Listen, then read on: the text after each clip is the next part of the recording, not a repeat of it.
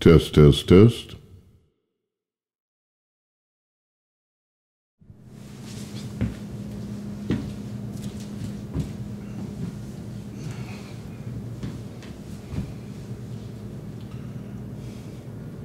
My mother, Florence Franson Neslin, was a very remarkable woman. She was born in Moroni, Utah, in Sanpete County in 1908 on December 24th. She was the youngest of 8 children, 7 of which lived well into old age. I'm going to start again. My mother, Florence Franson Neslin, was a remarkable woman. She was born in Moroni, Utah in 1908 on December 24th. She was the youngest of 8 siblings, 7 of which lived well into old age. Her father, John Franson, was immigrated with his family from Skagen, Denmark. When he was 10 years old, he was pretty much self-educated. He studied civil law by correspondence course and eventually was elected to be the Marshal of Sanpete, or of Moroni, for many years, and he also became the city judge. When they moved further up north to Utah County, he was also the city judge in Springville for many years. My grandmother, Alice Windows Franson, was born in Moroni, and her family encouraged her to go to the Brigham Young Academy, which was the forerunner of Brigham Young University, and she stayed with relatives up in Provo, Utah, and got what I understand would be like a junior college level of education. So they were both well educated in their own way and very interested, and they encouraged their family to read and pursue their interests and learn whatever they were interested in. Many of my mother's siblings had teacher certificates, which my mother also did. Some of them became writers and poets as well. My mother was very interested in nature. She loved the birds and the flowers and the trees and geology, and she was very knowledgeable, and she was willing to share whatever information she had.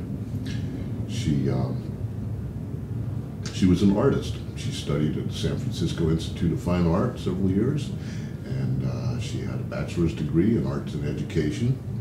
She had a 1935 Ford Coupe that my Uncle Paul, who was a very good mechanic, managed to keep in good order for her, though it was not an old car at that point in time. The roads were almost non-existent, and she loved to travel down in Four Corners area, southern Utah, central Utah, to hike and to sketch, to paint, to travel around and study the Indian ruins, and just was very fond of that area. She knew a great deal about what was buried when we built Lake Powell down in that section of the canyon of the Colorado River. One of her favorite teaching locations was when she taught in Tropic, Utah, which is a little town at the base of the entrance to Bryce Canyon, which is now a national park. Very interesting red rock formation canyon, and it allowed her. She taught in a little one-room schoolhouse, and she taught many subjects to children of varying ages. But it allowed her to hike and to wander and to sketch and to paint around the area and watch the seasons change. The red rock canyons are gorgeous, with a layer of snow on the cliffs and on the old cedar trees, which are some of the oldest trees on the planet. Ebenezer Bryce, the man the canyon was named after, incidentally, said didn't know much about the look of the canyon as far as aesthetics went, but it was a hell of a place to lose a cow.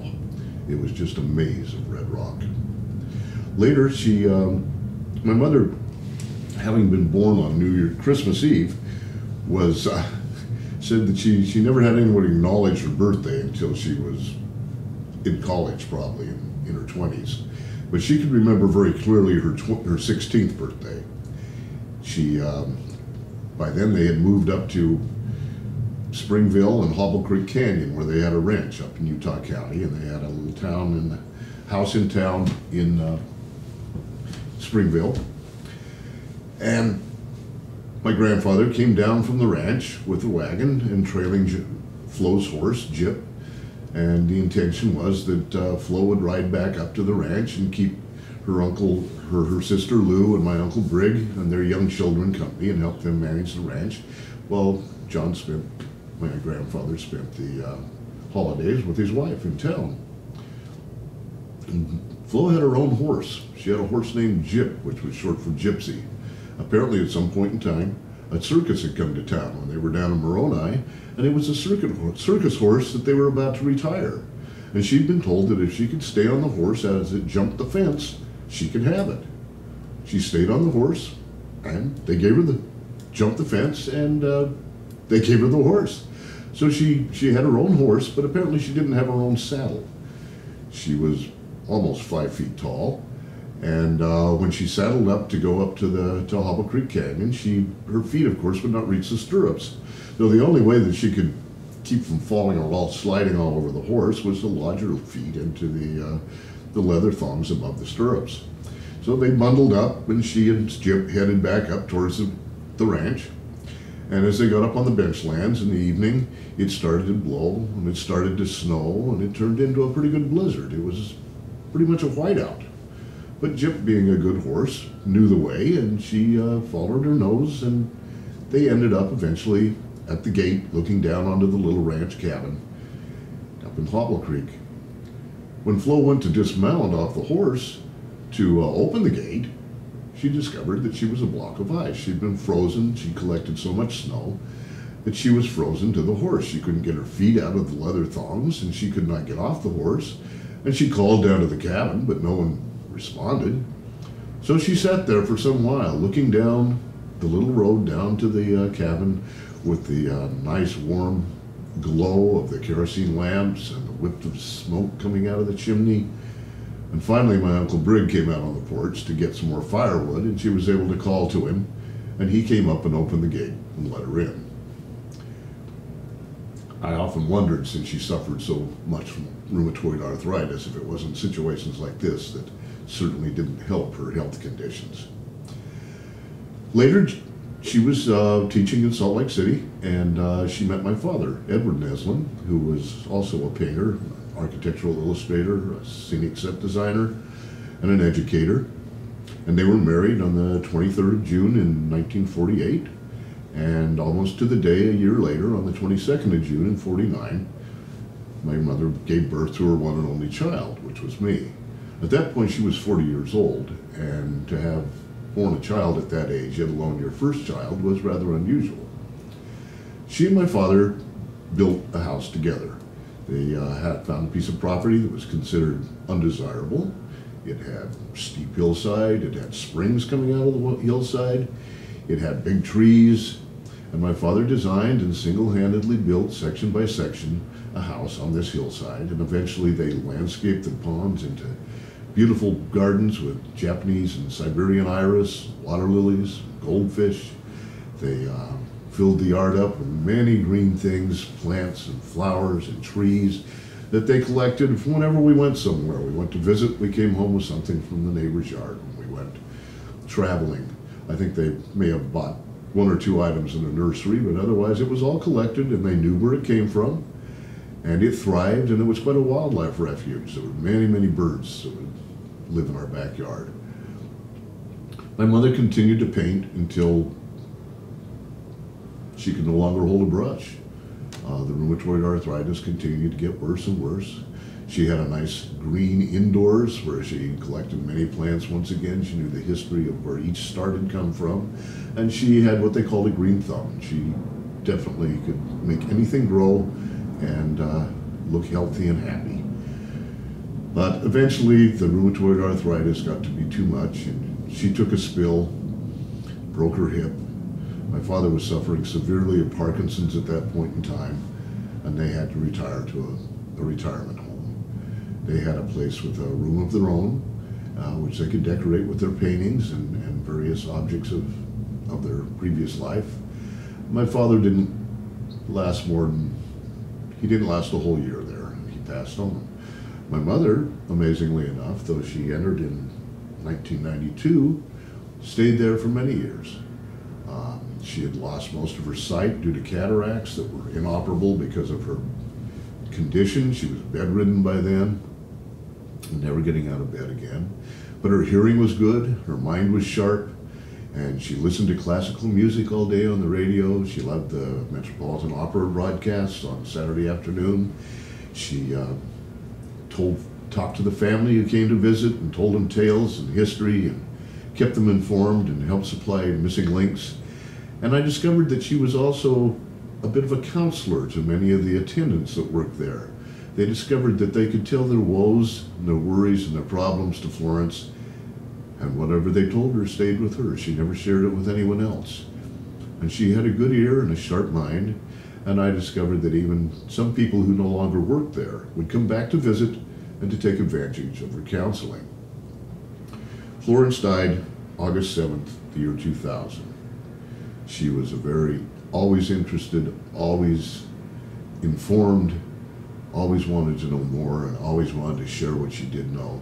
She always added a vibrance to everybody's life. And we miss her very much. This is a song by the late Utah Phillips. Is that the sun I see on the eastern shore, or just the cold light glow through the firebox door? I know she's gone, whatever I say, and it won't be long till I make up my mind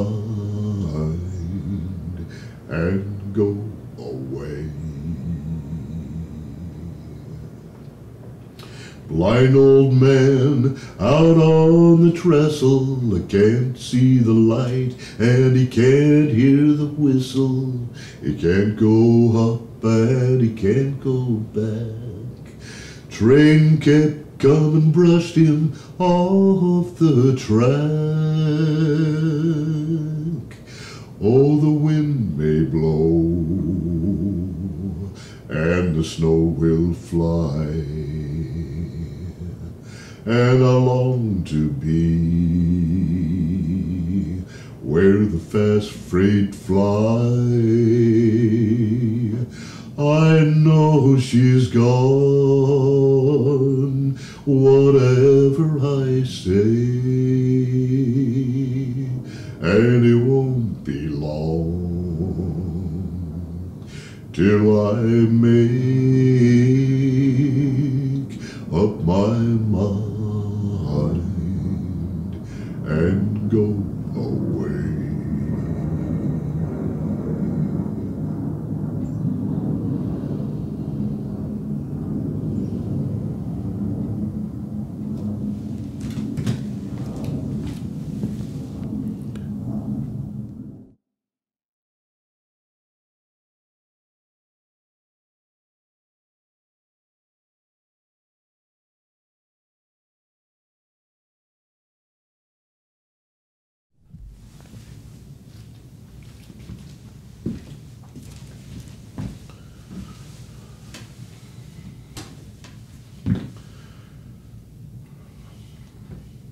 My friend Tom was one of the first people I met when I started working in Seattle. It was like I'd known him all his life, all my life. He was just a great, supportive, energetic guy. You knew you could call on Tom for anything. Your truck broke down, if a tree fell in your house in the middle of the night, if you needed to move a stove or a refrigerator, Tom was your man. He'd always be there. He'd always be willing and eager. He had a lot of energy. We used to fish together a lot. Tom and I would follow the streams in search of trout with our fly rods and fish for halibut and salmon out in the salt water.